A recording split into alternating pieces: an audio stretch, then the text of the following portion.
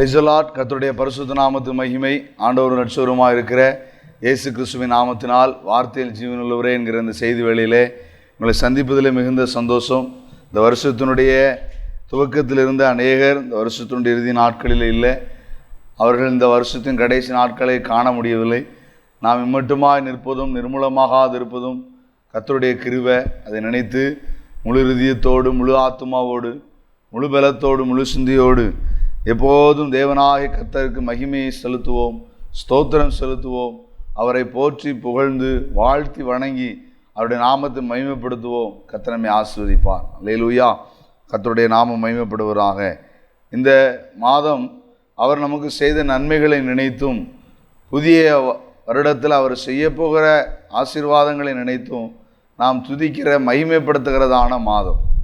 கர்த்தருடைய நாமத்திற்கு மகிமை. நம்முடைய கர்த்தருக்கு ஸ்தோத்திரம். அவர் நமக்கு தந்திருக்கிறதான ஊழியம், நம்முடைய அல்லேலூயா ஜெபத்துடைய ஊழியத்திலே ஆண்டவர் நம்முடைய ஊழியக்காரருக்கு தந்த அந்த நடத்துதலின்படி இந்த வருஷத்திலே ஆண்டவர் செய்த நன்மைகளை நினைத்தும், புதிய ஆண்டிலே அவர் செய்ய போகிற ஆசீர்வாதங்களை நினைத்தும், வருஷத்தின் இறுதி இந்த டிசம்பர் மாதம் முழுவதும் எப்பொழுதுமே கர்த்தருக்கு மகிமை துதிகளையும் ஸ்தோத்திரங்களை ஏறெடுக்கிறது வழக்கம். அதே போல் இந்த வருஷத்தின் இறுதியிலே இந்த டிசம்பர் 1ஆம் தேதியிலிருந்து ஸ்தோத்திர கூட்டங்கள் நடந்து கொண்டிருக்கிறது. ஜனவரி 2ஆம் தேதி வரைக்கும் இந்த ஸ்தோத்திர கூட்டமானது நடக்க இருக்கிறது. ஒவ்வொரு நாட்களும் ஆண்டவர் ஆசீர்வாதமாக நடத்தி கொண்டிருக்கிறார். கிளை சபைகளிலேயும், விசுவாச குடும்பங்களுடைய வீடுகளிலேயும், ஒவ்வொரு கிராமங்களிலேயும் 1 நாட்கள் 2 நாட்கள் என்று அங்கே இருக்கிற எல்லாரையும் அழைத்து ராஜ்யத்தின் சுவிசேஷத்தை சொல்லி பாடி துதித்து மகிமைப்படுத்தி எல்லாருக்கும் ஒரு ஆகாரம் கொடுத்து இப்படியாக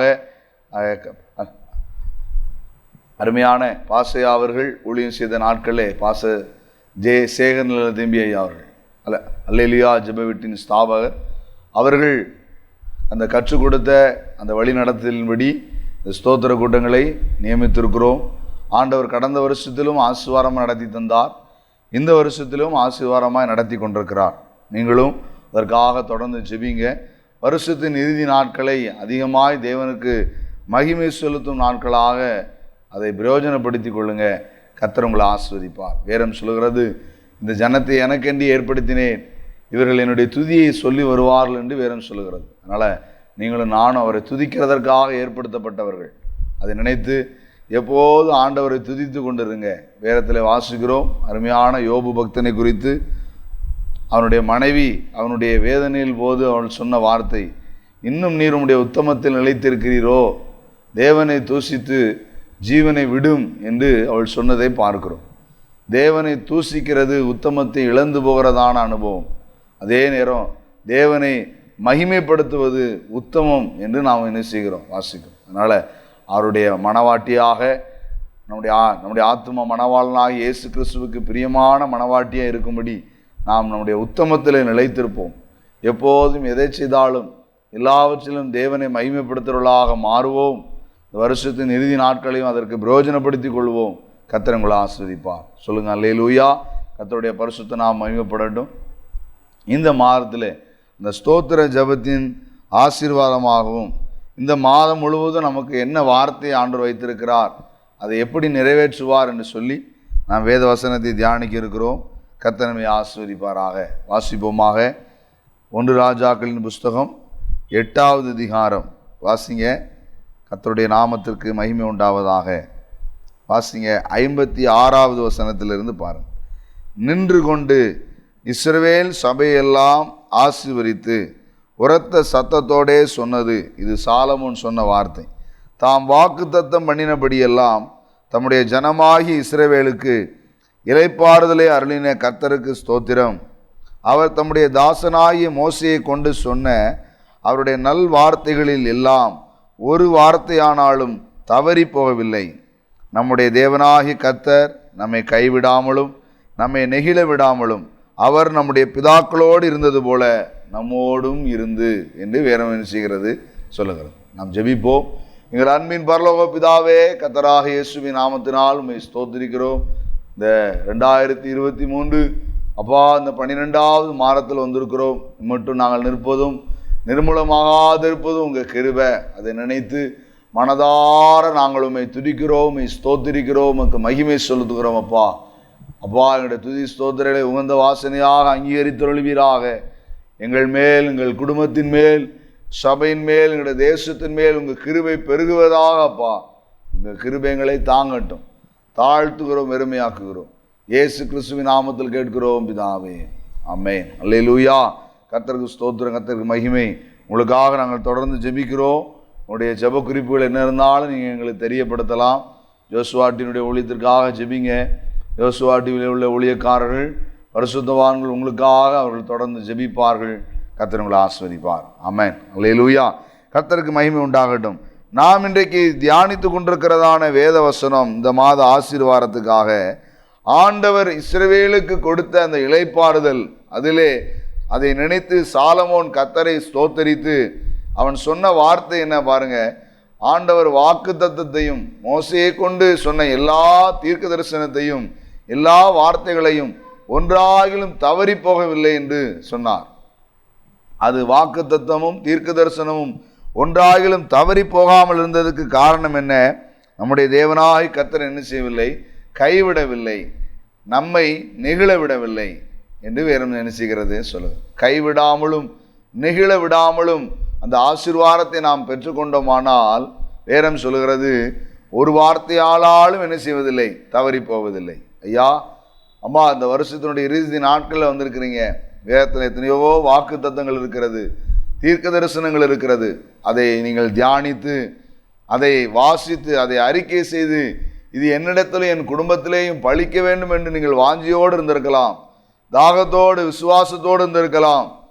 சில வார்த்தைகள் உங்களுக்குள்ளே பழித்திருக்கலாம், சில வார்த்தைகள் பழிக்க வேண்டும் என்று நீங்கள் எதிர்பார்ப்போடு இருக்கலாம். ஆண்டவருடைய நாமத்திற்கு மகிமை. இன்றைக்கு நாம் வாசிக்கிற வசனத்திலே அவருடைய நல் வார்த்தைகளில் எல்லாம் ஒரு வார்த்தை ஆனாலும் தவறி போகவில்லை என்று வேறும் என்ன செய்கிறது சொல்லுகிறது. ஏனென்றால் நம்முடைய ஆண்டவர் வாக்கு தத்தம் பண்ணுகிற தெய்வம். அவர் வாக்கு தத்தத்தில் நிறைவேற்ற உண்மை இல்லவராய் இருக்கிறார். அவர் பொய் சொல்ல மனுஷன் அல்ல, மனமாற மனுபுத்திரனும் அல்ல என்று வேறும் நமக்கு தெளிவாய் சொல்லுகிறது. அவர் சொல்லியும் செய்யாதிருக்கிற தேவன் அல்ல. வானத்திலும் பூமியிலும் சகல அதிகாரமும் அவருக்கு கொடுக்கப்பட்டிருக்கிறபடினால், அவர் சர்வ வல்லமையுள்ள தேவனாய் இருக்கிறபடினால் அவரால் கூடாதது ஒன்றுமே இல்லை. மனுஷனாலே கூடாதது தேவனாலே கூடும், தேவனாலே எல்லாம் கூடும். ஆனபடினாலே உங்களுடைய வாழ்க்கையிலையும் அவர் என்னென்ன வாக்கு தத்தம் தந்திருக்கிறாரோ, தீர்க்க தரிசனம் உரைத்திருக்கிறாரோ, ஒன்றாகிலும் தவறி போவதில்லை.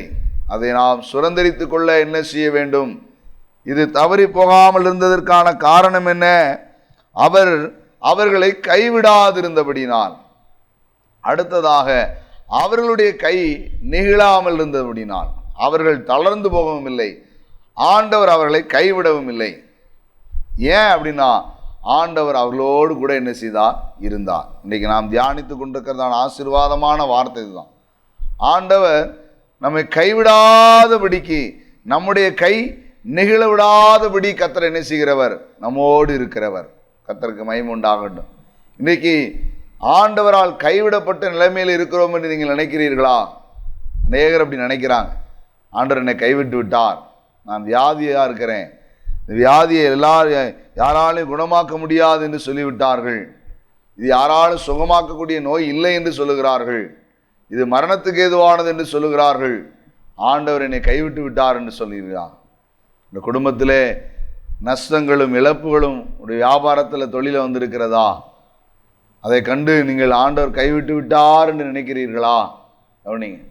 கர்த்தருக்கு ஸ்தோத்திரம். ஆபத்துகள் விபத்துகள் சில நேர்ந்தபடினால் ஆண்டவரால் நாம் கைவிடப்பட்டோம் என்று நினைக்கிறீர்களா? வேதம் சொல்லுகிறது, அவர் கைவிடாத நேசர். இன்னைக்கு அவருடைய கரம் உங்களோடு கூட இருக்கிறது. அவர் உங்களை கைவிடாதபடி, அவர் உங்களை நெகிழ விடாதபடி காக்கிறவராயிருக்கிறார். கைவிடாமலும் நெகிழ விடாமலும் அவர் காக்கிறதற்கு நாம் யாராக இருக்க வேண்டும்? வேதம் சொல்லுகிறது, அவர் யாரை கைவிடவில்லை என்று வேதத்தில் வாசிக்கிறோம். கர்த்தருடைய நாமத்திற்கு மகிமை உண்டாகட்டும். பார்ப்போமாக.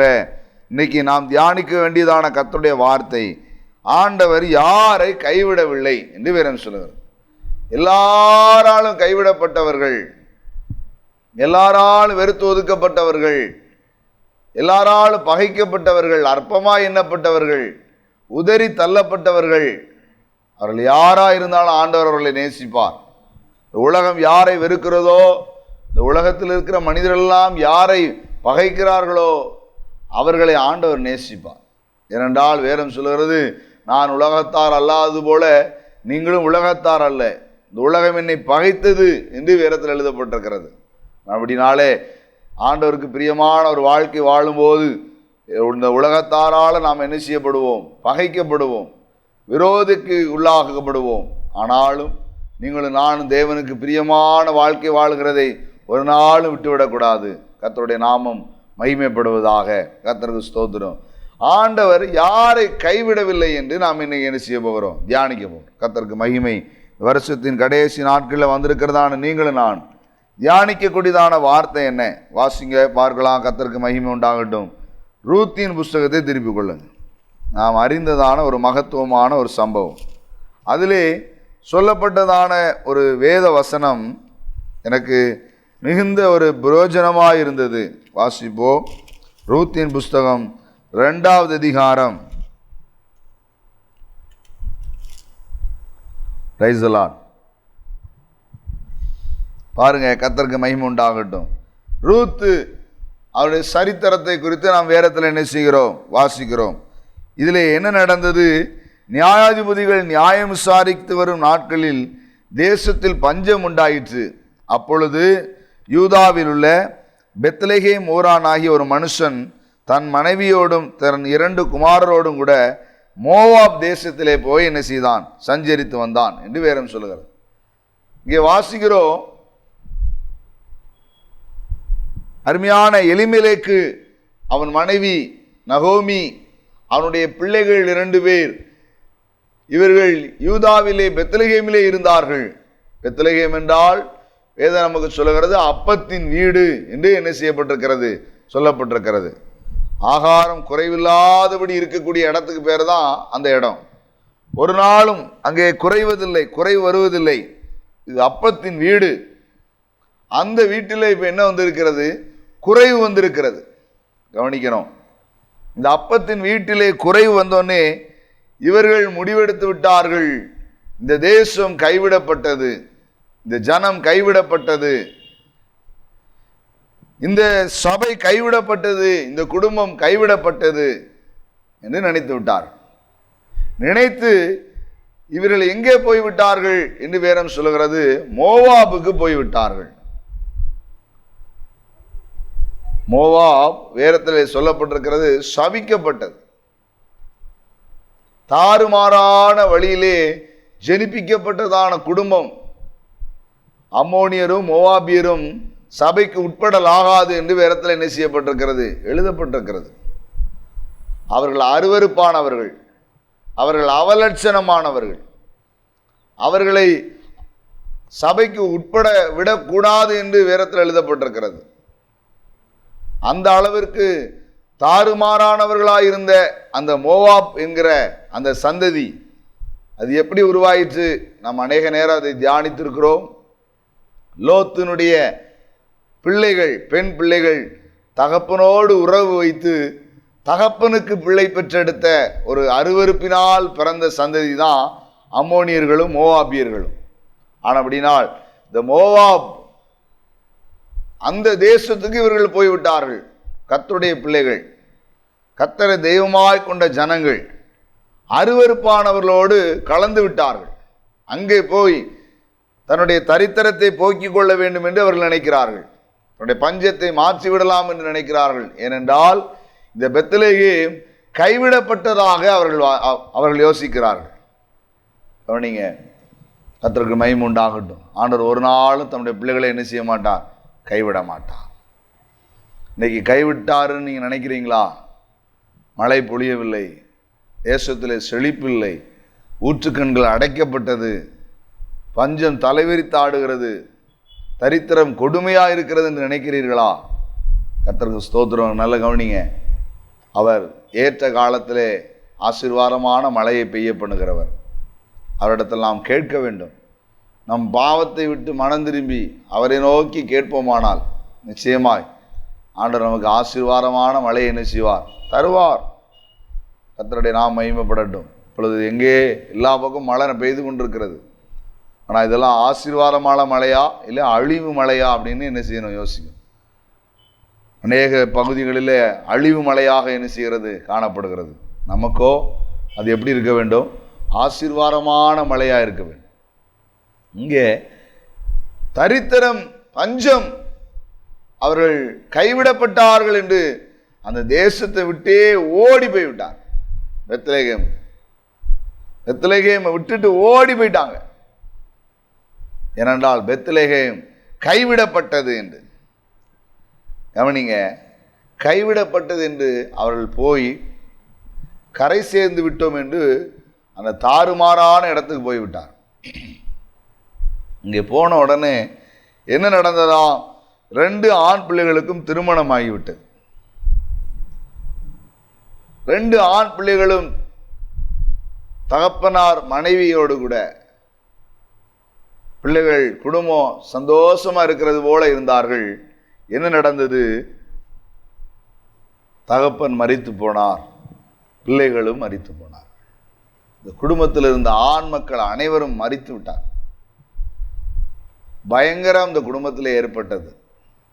யாரை ஆண்டவர் கைவிட்டுட்டார் நினைச்சு இவங்க வந்தாங்களோ, இப்போ யார் கைவிடப்பட்டாங்கன்னு என்ன செய்யலை, விளங்கலை அவங்களுக்கு.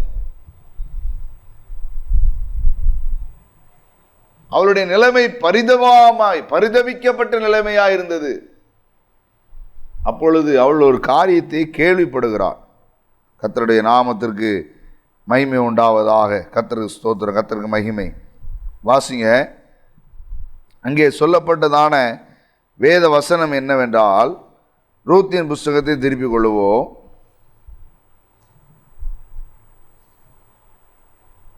இங்கே எழுதப்பட்டிருக்கிறது, ஆண்டவர் தன்னுடைய ஜனத்தை என்ன செய்தார்? சந்தித்தார்.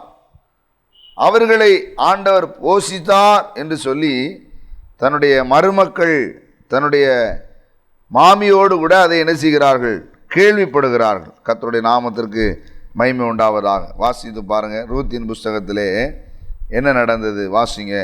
நகோமி என்ன செய்கிறாள்? 1வது அதிகாரத்தை வாசித்து பாருங்க. கர்த்தருக்கு ஸ்தோத்திரம், கர்த்தருக்கு மகிமை உண்டாகட்டும். அவர்கள் என்ன நடந்தது என்று சொன்னால்,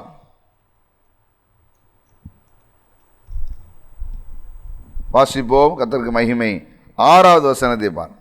கர்த்தர் தம்முடைய ஜனத்தை சந்தித்து அவர்களுக்கு ஆகாரம் அருளினார் என்று அவள் மோவாப் தேசத்திலே கேள்விப்பட்டு தன் மருமக்களோடு கூட மோவாப் தேசத்திலிருந்து திரும்பி வரும்படி எழுந்து. இங்கே அவர் கேள்விப்படுகிறாள். என்ன கேள்விப்படுகிறாள்? கர்த்தர் தம்முடைய ஜனத்தை சந்தித்து என்று நாம் வாசிக்கிறோம்.